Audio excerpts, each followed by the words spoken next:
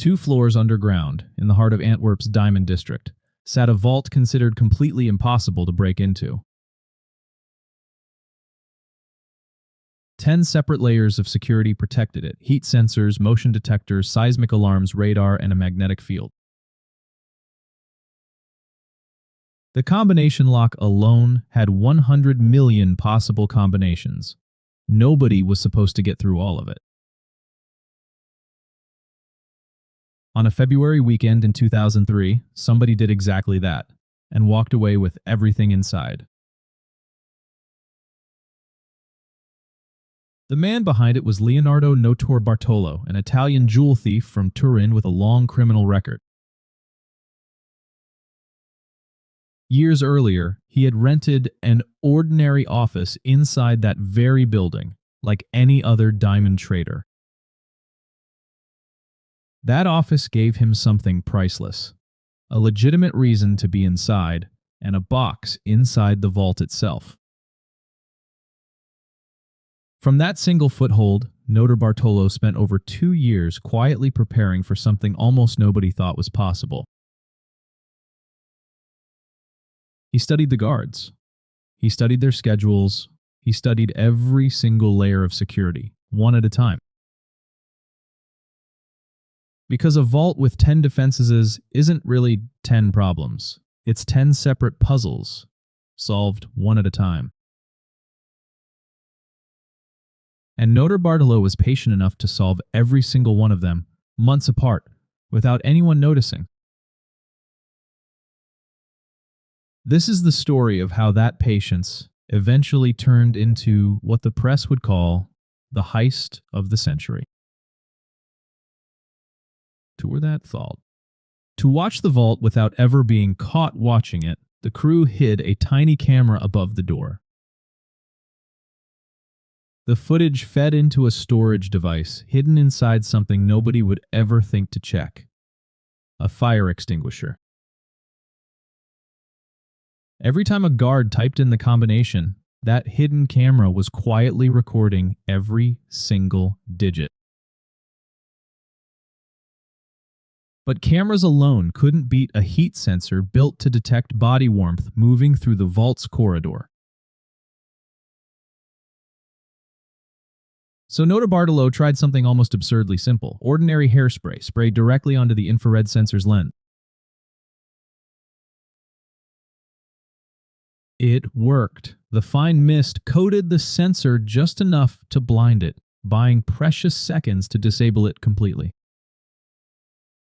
One by one, the same pattern repeated: study the layer, find its blind spot, quietly defeat it.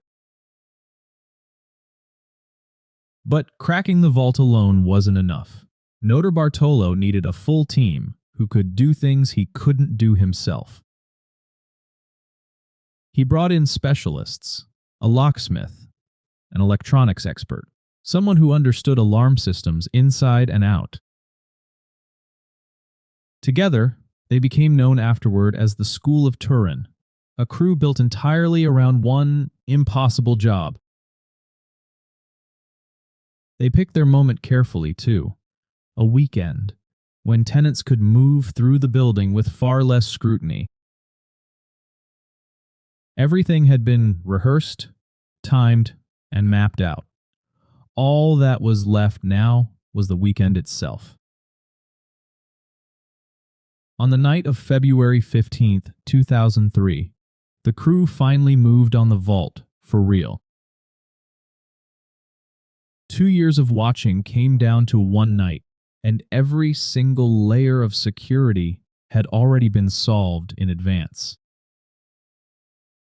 The heat sensors, the seismic alarm, the radar, the magnetic field, one after another, they simply stopped mattering.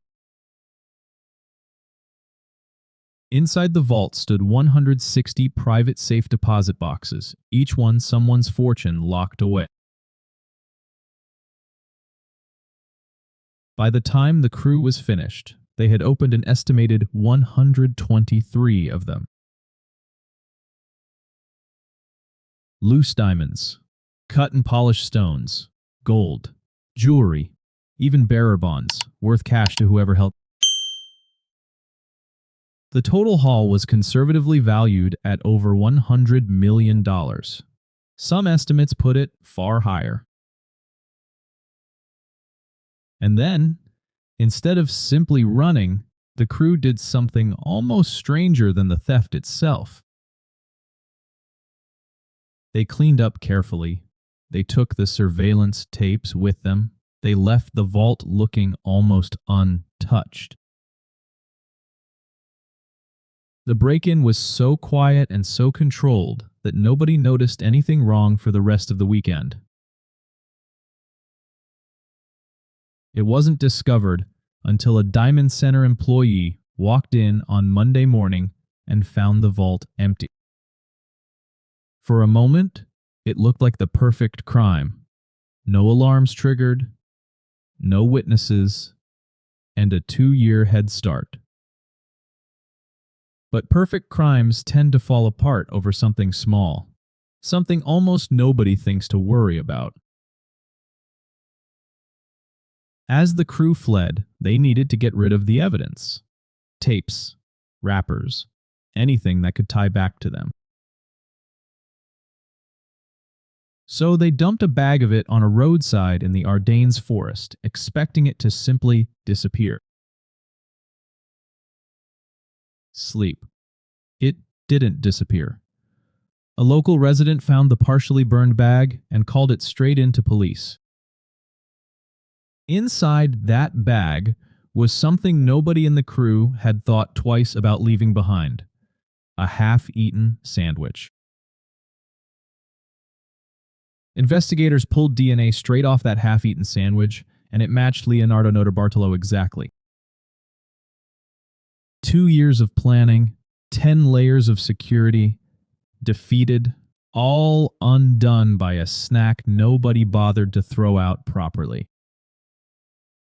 Notarbartolo was traced back to Italy, arrested there, and extradited to Belgium to face trial. He was convicted and sentenced to 10 years in prison. Several of his associates were convicted too. The School of Turin, the crew built entirely for one impossible job, had finally been identified and caught.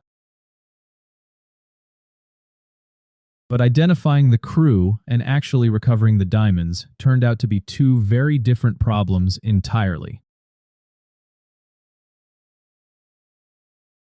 Despite every conviction handed down, almost none of the actual stolen fortune was ever recovered. Somewhere out there, more than $100 million in diamonds, gold, and bonds is still simply unaccounted for.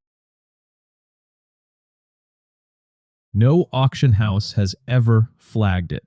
No pawn shop tip has ever led anywhere real. 2 decades later, it has simply vanished into the world, the way water disappears into dry sand. The vault that took 2 years to beat took less than a single weekend to empty completely. And it took nothing more than one careless sandwich to undo the entire operation, years of planning included. That contrast is the part of this story that seems to stay with people the longest. 10 layers of world-class security, defeated with hairspray, patience, and a hidden camera and a fire extinguisher. Undone, in the end, by a single piece of evidence nobody thought was worth double-checking. Antwerp's diamond district still handles a massive share of the world's diamonds, decades after that one weekend. The vault itself was rebuilt, upgraded, and reinforced. The stolen fortune, though, never once came back. The case is closed on paper, technically solved. The diamonds themselves remain a completely open question.